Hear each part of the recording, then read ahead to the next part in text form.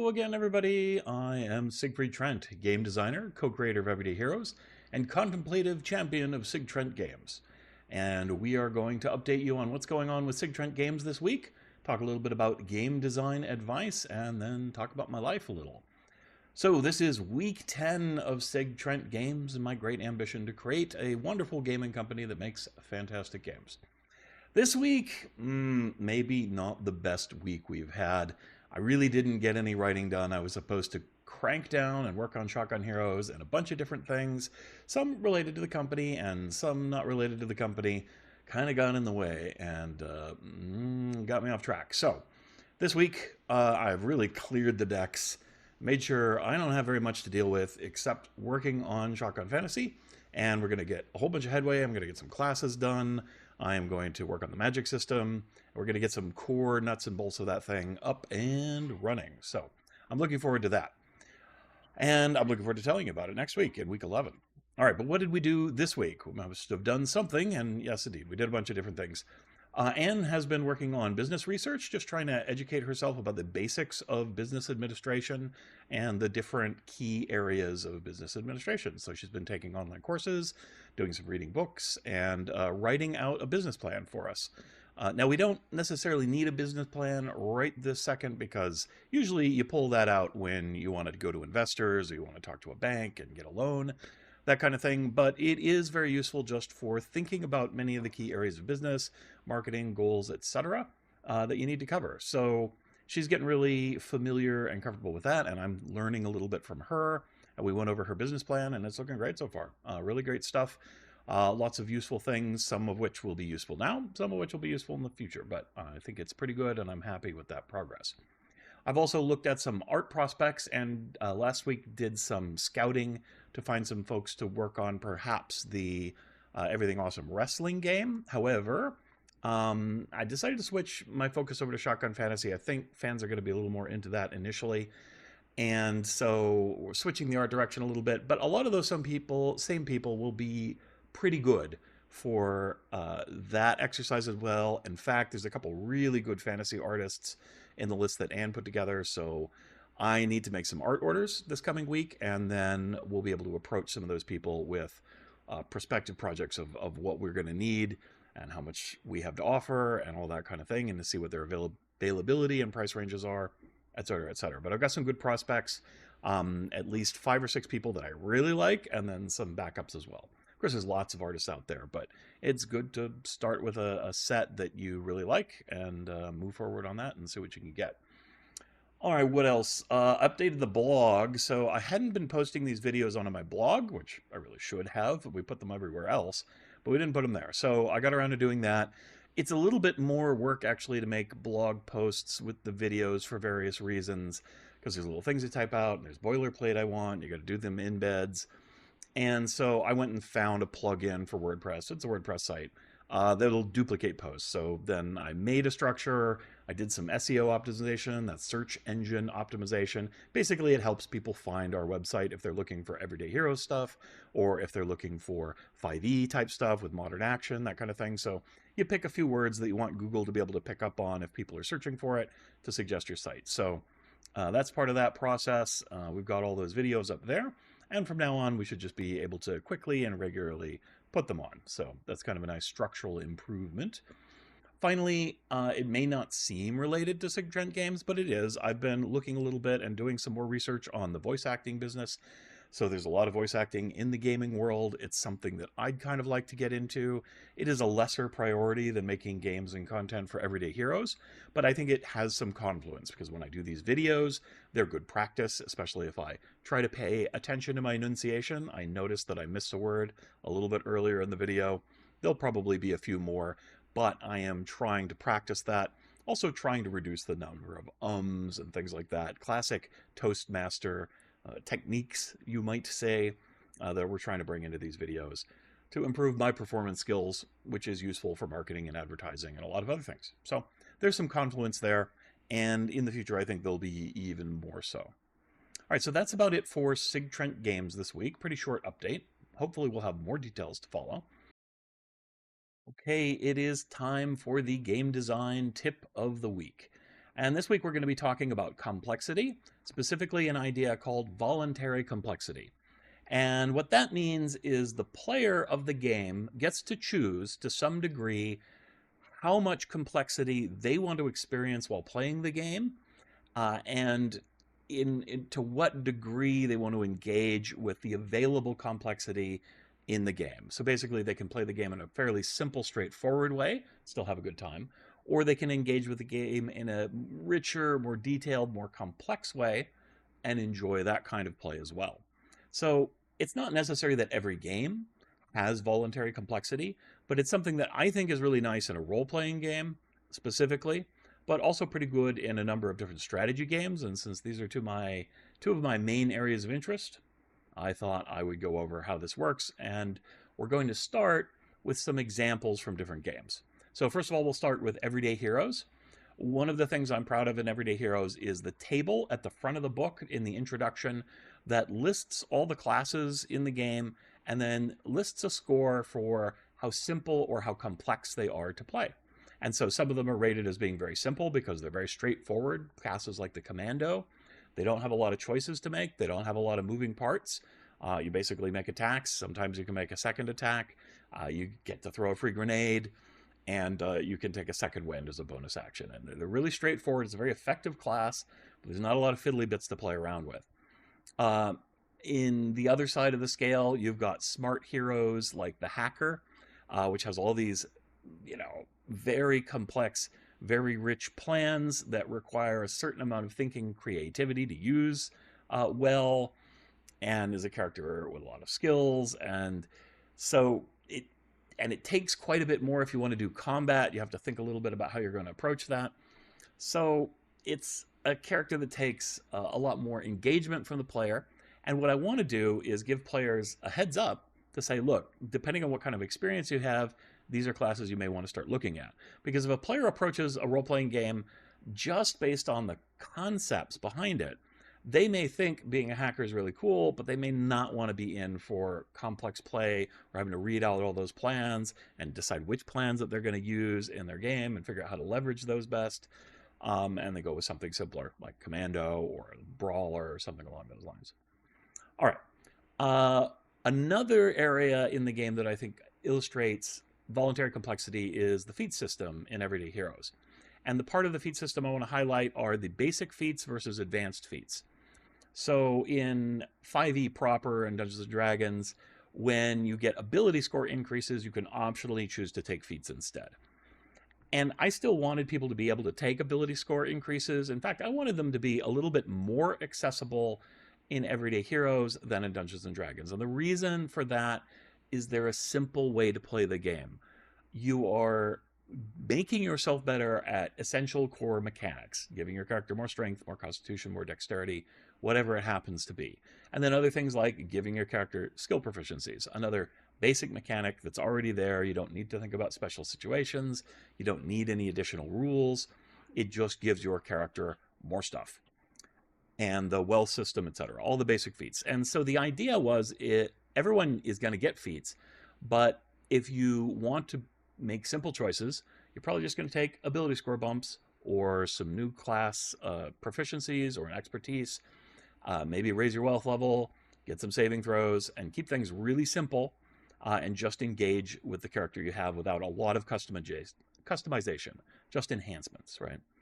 As where the advanced feats have got all the interesting little fiddly bits, all the multi-class feats, which are the most complex feats in the game because they offer you a whole bunch of different talents, and you have to take them in progression, and they have prerequisites. So I wanted it so the players didn't have to engage with all that, but they have the option to engage with all that. So that's the system design there, and I think also it's pretty effective in making characters. Now, I had to make some D&D characters the last couple of weeks, and that's not really something you get so much in 5e. All of the classes are pretty engaging and complex in their own way, so there's not really a way to choose to not make a whole bunch of choices in Dungeons & Dragons. I'm not saying that's bad necessarily. I think fans of one concept or another sometimes feel a bit shortchanged if the concept that they're most in love with doesn't have the kind of mechanics they're most in love with. Ideally, we could have simple fighters and complex fighters, simple wizards and complex wizards, and that sort of thing. But uh, barring that, and I'm pretty sure there'd probably be some ways to design that into the game if you wanted to. Um, Barring that, I like to give people just a range of classes, some of which are simple and some are complex. All right, let's move on to a board game. Seven Wonders is a game I enjoy playing sometimes.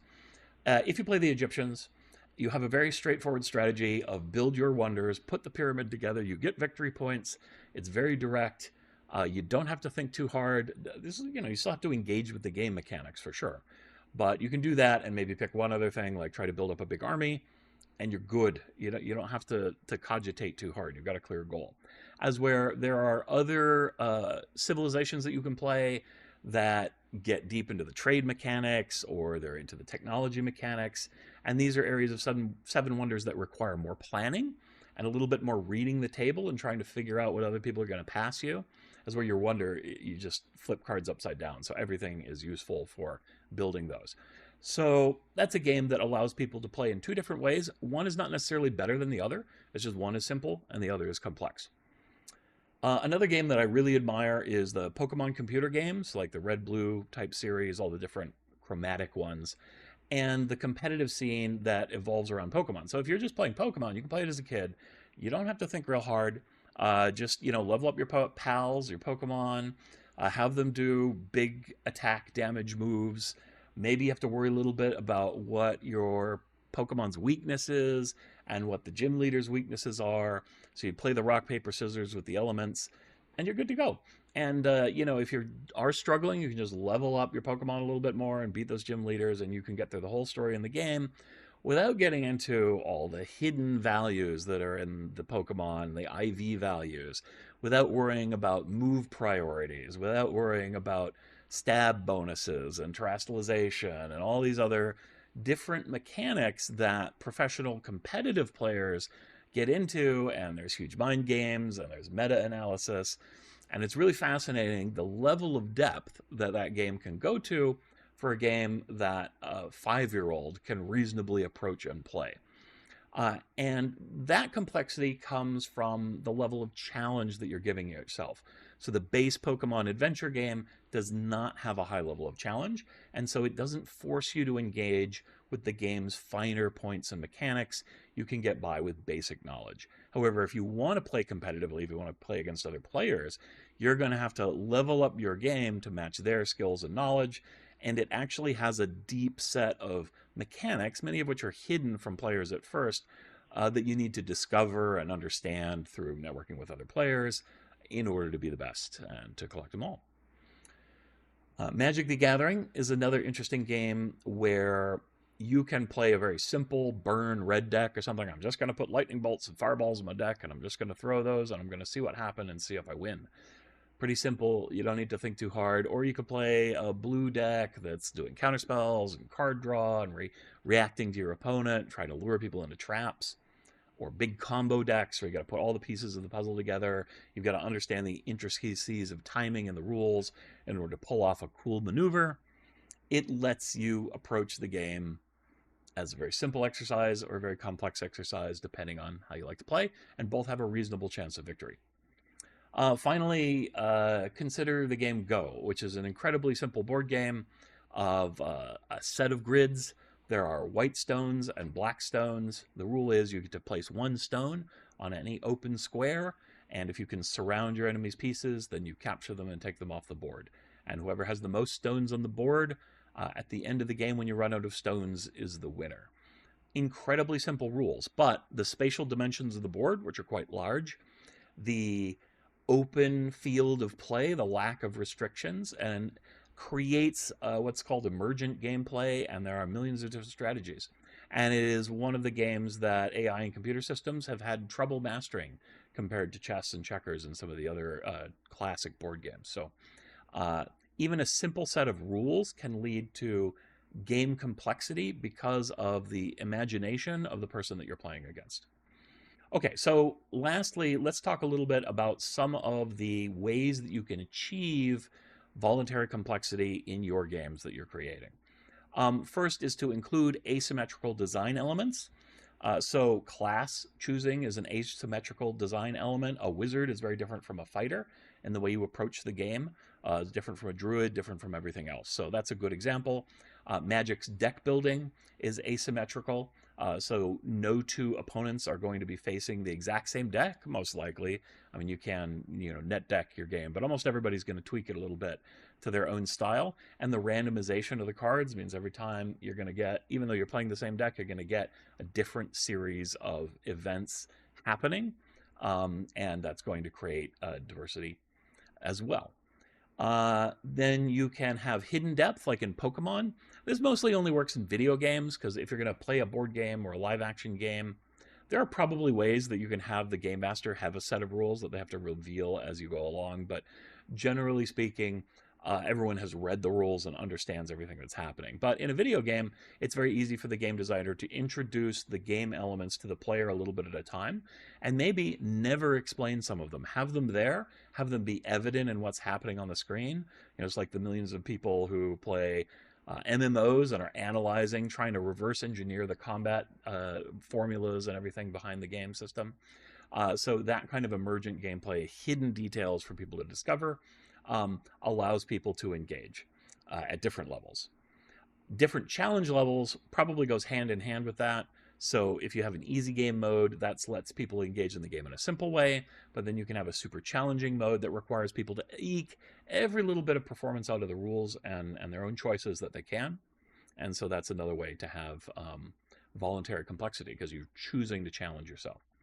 And finally, as we saw in Go, emergent play spaces where you as the game designer don't necessarily know everything that's possible in your game.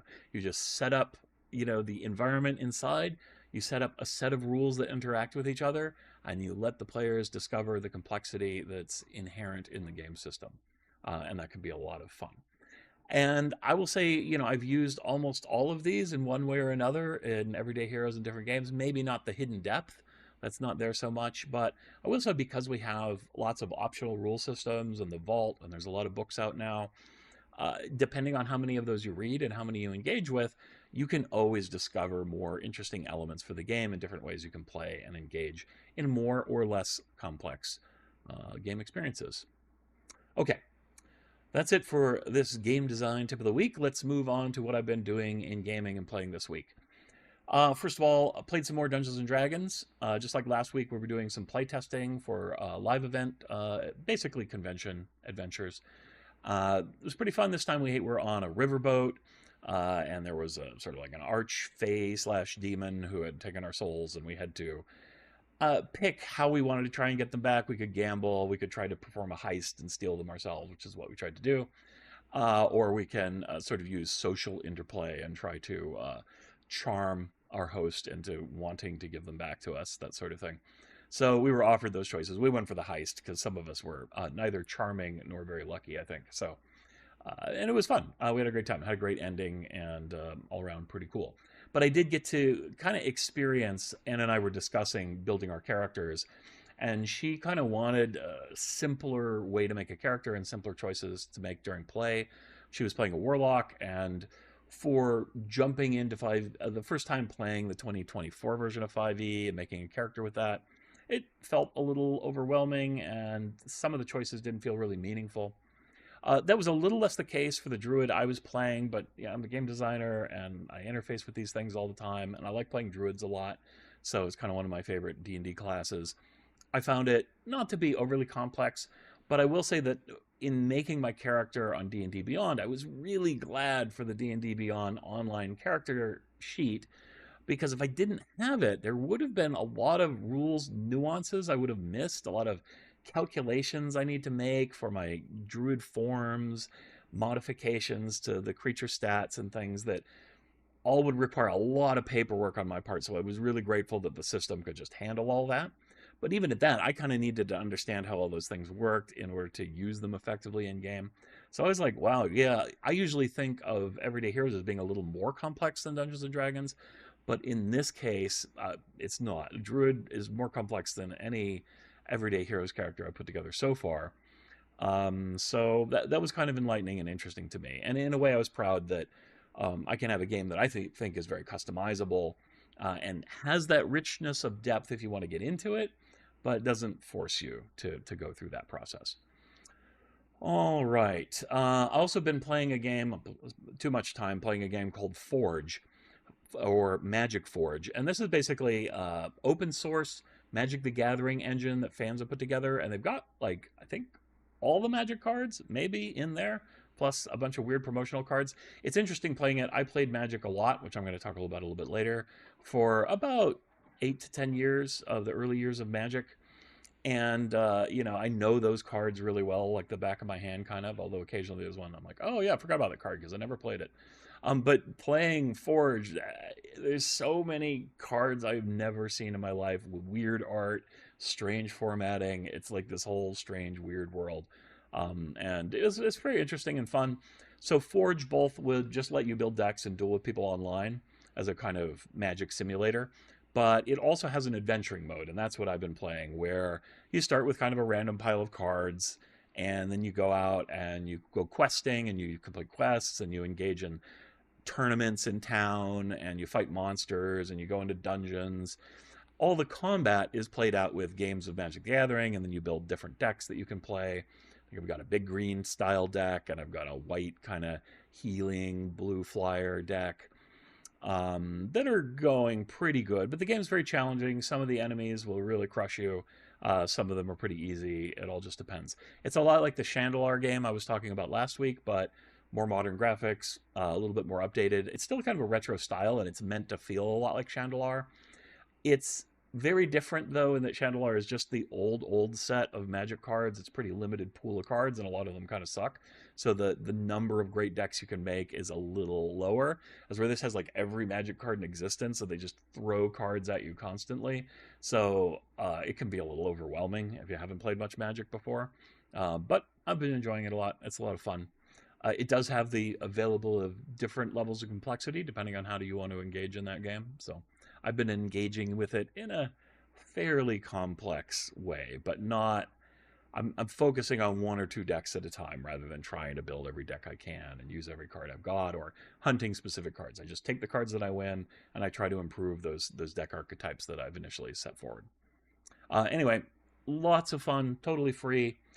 So if you're like me and kind of miss Magic occasionally, but don't really want to pay like Duelist Online and stuff to have to buy virtual packs and all that, I recommend Magic Forge. It's great. All right, that's it for what I've been playing. I'm looking forward to the next Baldur's Gate 3 patch, which I think is coming out in a couple days. That's going to have new class archetypes, and I've kind of been looking for an excuse to play another run of Baldur's Gate. I don't know if I'm going to get into it really soon, but I'm going to download it and kind of have that ready for when I have some more free time. All right, life in general. So the big thing in life this week that really beat my ass up, made me pretty tired, and sucked away a lot of my energy and sent me off playing Magic Forge to recover was taxes. It's tax week. I usually do kind of wait to the last couple of weeks. I prep some of the materials ahead of time, but I don't really want to pay my taxes any earlier than I need to. So yeah, I do my own taxes. I just download the forms, I read the instructions, I go Google what's the new tax law. I've done it enough all my life, so often some years there'll be something novel and new that I need to deal with that I haven't dealt with before, but I can just add that to my existing knowledge and occasionally make little mistakes, but so far pretty good. I do think when it comes to taxes, having a tax advisor is really good. If I had done that earlier on in life, there may be a few places where I would have done a little better in determining when I should take income so that I don't bomb myself out.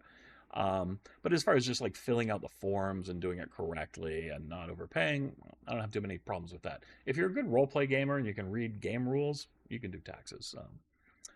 Now, if you have a complex business empire, maybe that's not so great. One of the hard things about being a freelancer is that you have to pay your own self-employment tax, which is basically Social Security. It doesn't cover unemployment, but it covers Social Security related stuff.